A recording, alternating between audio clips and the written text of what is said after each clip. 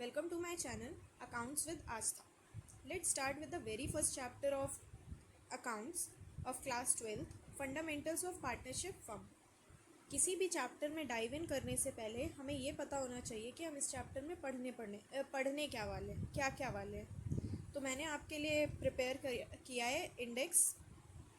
तो हम इस चैप्टर में क्या क्या पढ़ने वाले हैं। हमारा पार्टनरशिप फर्म क्या होता है, पार्टनरशिप क्या होता है, हमारा इंटरेस्ट ऑन ड्राइंग क्या होता है, इंटरेस्ट ऑन लोन क्या होता है, कमीशन क्या होता है, P&L अप्रोप्रिएशन कैसे बनता है, fixed and fluctuating capital account क्या होता है, इंटरेस्ट ऑन कैपिटल क्या होता है।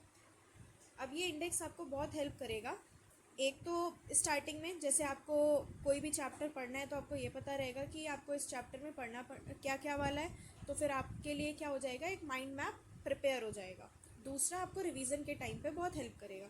जैसे कि आपको इंटरेस्ट ऑन ड्राइंग नहीं समझ में आया अभी, तो आप क्या करोगे, इसमें सर्कल लगा दोगे और रिवीजन के टाइम पे इस पर क्या करोगे, एक्स्ट्रा फोकस डालोगे। अब हम स्टार्ट करते हैं किससे, पार्टनरशिप से। What is an partnership? Partnership is consist of two words. कौन कौन से? एक हमारा हो गया पार्ट और दूसरा हमारा हो गया ओनरशिप।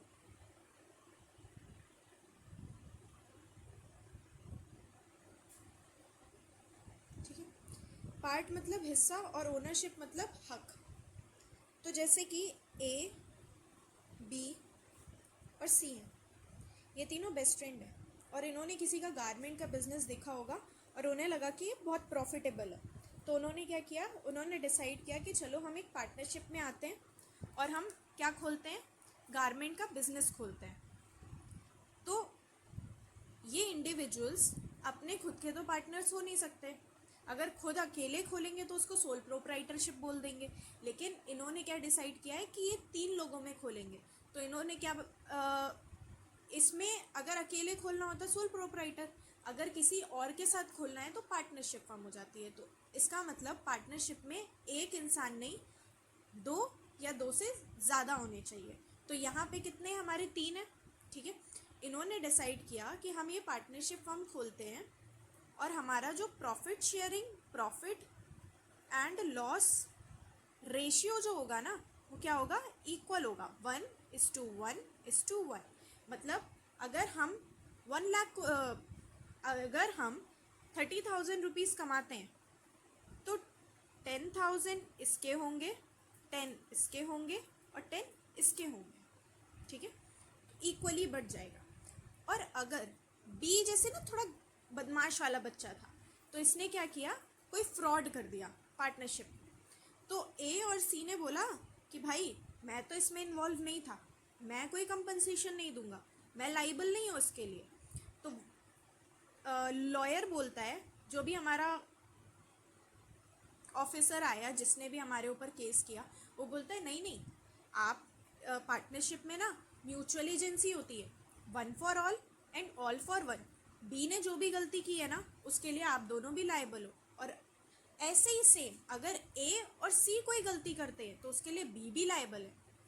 ठीक है, तो ये म्यूचुअल एजेंसी का मतलब क्या होता है, 1 for all and all for 1।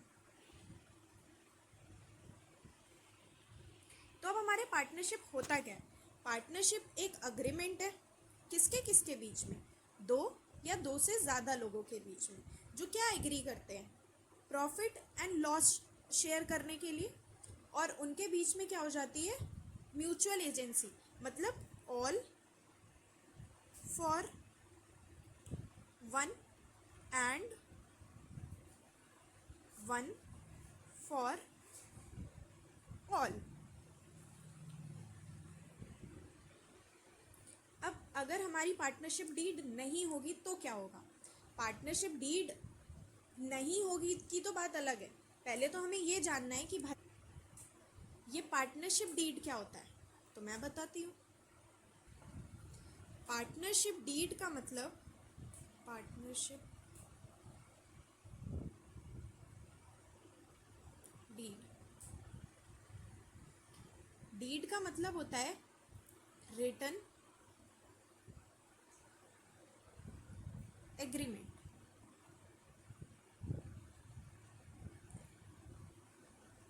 जिसमें क्या क्या लिखे होते हैं हमारे टर्म्स एंड कंडीशंस, जो कि पार्टनर्स को क्या करना होता है, पार्टनर्स उसको क्या करेंगे, फॉलो करेंगे। ये अग्रीमेंट किसके बीच में होगा, पार्टनर्स के बीच में होगा, और पार्टनर उस अग्रीमेंट के टर्म्स और कंडीशन को क्या करेंगे, फॉलो करेंगे। तो partnership is an written agreement जिसमें क्या लिखा होता है, टर्म्स और कंडीशन, और उसको कौन फॉलो करता है, पार्टनर्स करते हैं। तो अब जब हमारा पार्टनरशिप डीड नहीं है, जैसे हमने कोई रिटर्न अग्रीमेंट बनाया ही नहीं, हम तो फ्रेंड्स थे, हमने फ्रेंड्स में ही बोल दिया कि भाई क्या बोलते हैं, हमारा जो प्रॉफिट होगा ना वो हम इक्वली बांट, वो 2:3:2 के रेशियो में बांट देंगे। उन्होंने कर दिया, ठीक है। उन्होंने इंटरेस्ट ऑन कैपिटल को डिसाइड ही नहीं किया, इंटरेस्ट ऑन ड्राइंग डिसाइड ही नहीं किया, पार्टनर्स लोन डिसाइड ही नहीं किया। अब कोई कुछ बोल रहा है, कोई कुछ बोल रहा है। तो अगर जहाँ पे हमारी पार्टनरशिप डीड नहीं है तो वहाँ पे हम क्या करेंगे, इंटरेस्ट ऑन कैपिटल को नहीं देंगे, इंटरेस्ट ऑन ड्राइंग नहीं देंगे, प्रॉफिट शेयरिंग रेशियो हमारा क्या होगा, इक्वल होगा, ठीक है। सैलरी और कमीशन भी हम अलाउ नहीं करेंगे, और इंटरेस्ट ऑन पार्टनर्स लोन, अगर पार्टनर पार्टनरशिप फर्म को देता है तभी 6% है, अगर पार्टनरशिप फर्म ने पार्टनर को दिया है तो फिर हम इंटरेस्ट नहीं देंगे, ठीक है। अब हम आते हैं टाइप्स ऑफ ड्राइंग में। 2 टाइप की ड्राइंग हो सकती है, एक अनइक्वल ड्राइंग और अनइक्वल इंटरवल में, और एक हो सकता।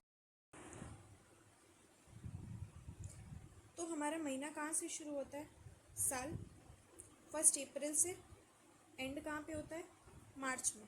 अप्रैल, मई, जून, जुलाई, अगस्त, सितंबर, अक्टूबर, नवंबर, दिसंबर, जनवरी और फेब, ठीक है। ए ने क्या किया, 1 अप्रैल को 1000 निकाले, फिर उसने 1 जुलाई को 500 निकाले, फिर उसने 1 नवंबर में 1500 निकाले, और फिर जाके उसने 31 मार्च को 2000 निकाले, ठीक है। तो अब हमें ये देखो, पहले तो हमारा अमाउंट अनइक्वल है, इक्वल नहीं है। पहले 1000 निकाले, फिर 500 निकाले, फिर 1500 निकाले, फिर 2000 निकाले, और हमारा इंटरवल यहाँ पे कितने महीने बाद निकाले हमने, 1, 2 और 3 मंथ्स है। यहाँ पे कितना है, 1, 2, 3 और 4 मंथ्स है। यहाँ पे 1, 2, 3, 4, 5 मंथ्स है। तो हमारे अमाउंट भी अनइक्वल है और हमारा इंटरवल भी डिफरेंट है। तो इस केस में हम कौन सा मेथड लगाएंगे, unequal drawing at different interval. उसमें हमारे 2 तरीके के मेथड होते हैं, एक है हमारा सिंपल मेथड, एक है हमारा प्रोडक्ट मेथड। सिंपल मेथड के केस में हम क्या करेंगे, 1 अप्रैल है, कितने महीने के लिए, 12 मंथ, क्योंकि 1 अप्रैल से मार्च 31 मार्च तक कितने महीने होते हैं हमारे, 12 मंथ होते हैं। जुलाई के एंड में निकाला है तो जुलाई को हम काउंट नहीं करेंगे। तो हमें कितने महीने के लिए इंटरेस्ट देना तो हम कितने महीने के लिए देंगे, जुलाई को हम काउंट नहीं करेंगे, जुलाई ख़त्म हो गई। अगस्त, सितंबर, अक्टूबर, नवंबर, दिसंबर, जनवरी, फेब, मार्च, कितने महीने के लिए देंगे हम, 8 मंथ्स के लिए देंगे। तो यहाँ पे आ गया हमारा 8 मंथ्स। यहाँ अब सितंबर भी एंड में निकाला है तो सितंबर को काउंट नहीं करेंगे। अक्टूबर, नवंबर, दिसंबर, जनवरी, फेब और मार्च, 6 मंथ्स के लिए। फिर हमने 1 दिसंबर को निकाला है तो दिसंबर को तो फर्स्ट में ही निकाला है तो दिसंबर काउंट करेंगे, दिसंबर, जनवरी, फरवरी, मार्च, 4 मंथ्स। यहाँ पे हमने एंड में ही निकाला है 31 मार्च को ही, और 31 मार्च को ही हमारा क्या बोलते हैं उसे, साल ख़त्म होता है। तो क्या होगा, मंथ हमारे कितने हो जाएंगे, 0। तो सिंपल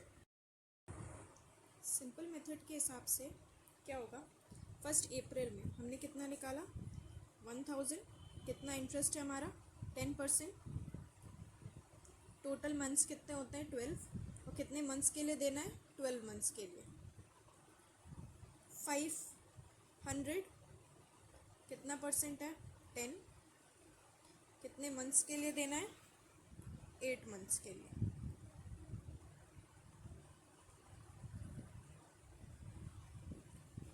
$2000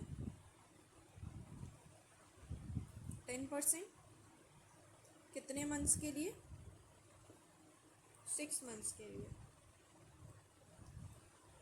1500 10%। कितने महीने के लिए, 4 मंथ्स के लिए। 800 कितना परसेंट, 0 मंथ के लिए। तो अगर आप ये सॉल्व करोगे तो आपका आएगा 100। अगर ये सॉल्व करोगे तो आएगा आपका 33। अगर ये सॉल्व करोगे तो आपका आएगा 100। ये सॉल्व करोगे तो आपका आएगा 53। और ये सॉल्व करोगे तो आपका आएगा 0। तो आपका टोटल कितना हो जाएगा, 283। और ये प्रोडक्ट मेथड के केस में हम क्या करेंगे, अमाउंट लिखेंगे, मंथ लिखेंगे,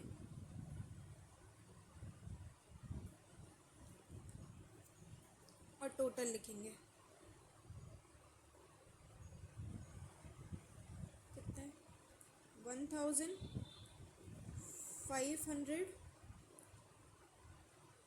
2000,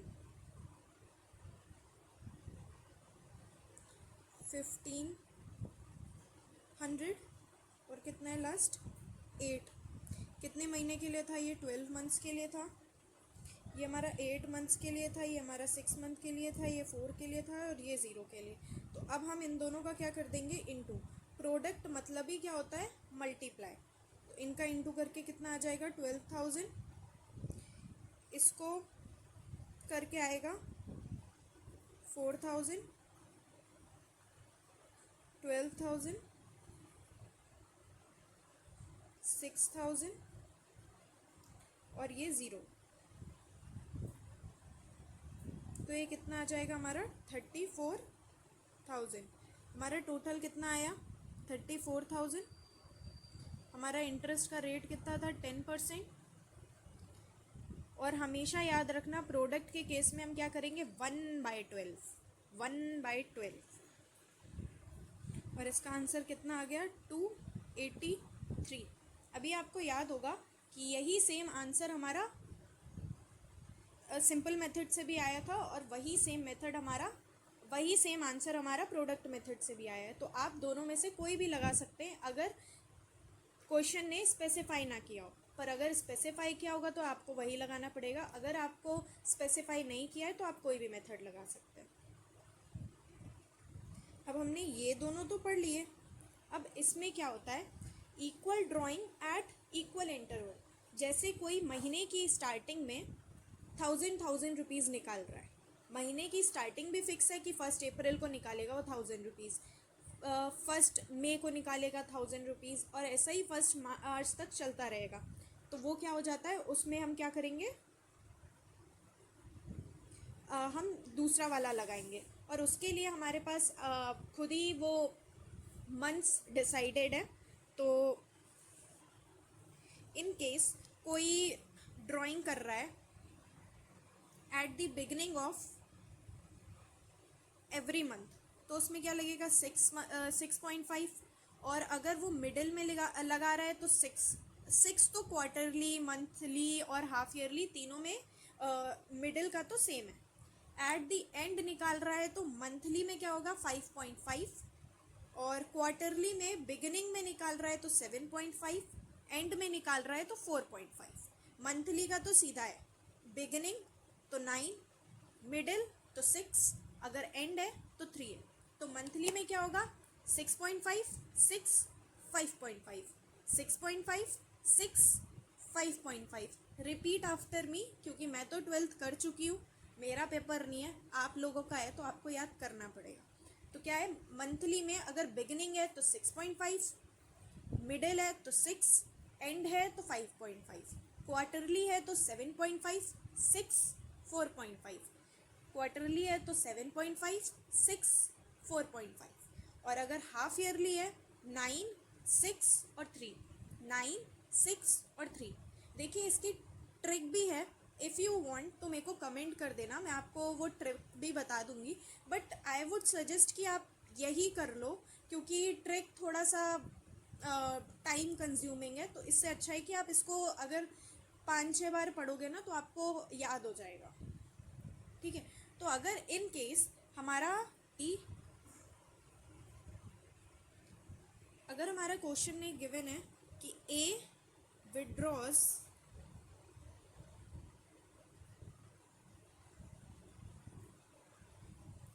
$1,000 every month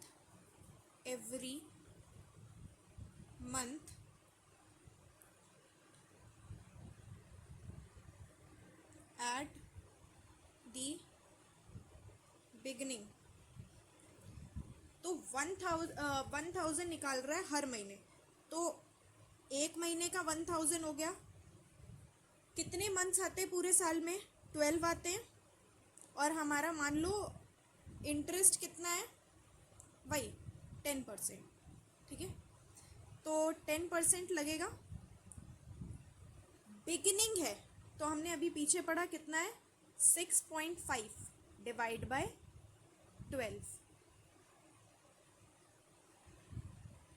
इसका आंसर क्या आएगा, 650।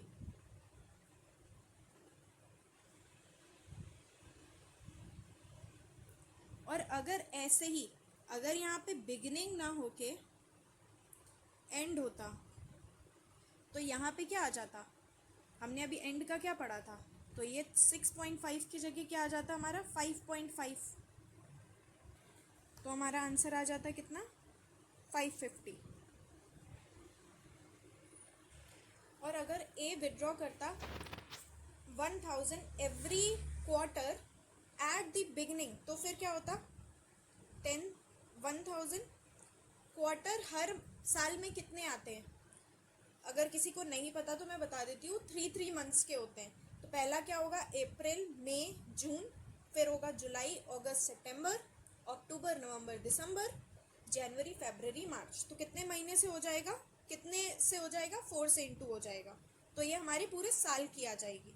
और मान लो फिर इसमें भी 10% ही हमारा वो है इंटरेस्ट, और हमने every quarter at the beginning में कितना पढ़ा था, 7.5 बाय 12। तो इसका आंसर कितना आ जाएगा, 250। और अगर ये ऐसे ही यहाँ पे एंड होता तो यहाँ पे हमारा कितना आ जाता, 4.5। तो अकॉर्डिंगली हमारा आंसर भी चेंज हो, हमारा आंसर क्या हो जाता, 250 की जगह कितना हो जाता, 150। तो अब आई होप आपको ये सब क्लियर हो गया होगा। अब इसके आगे का पार्ट 3 दिन बाद आएगा। Thank you. और अगर आपको पसंद आया हो तो please like share and subscribe.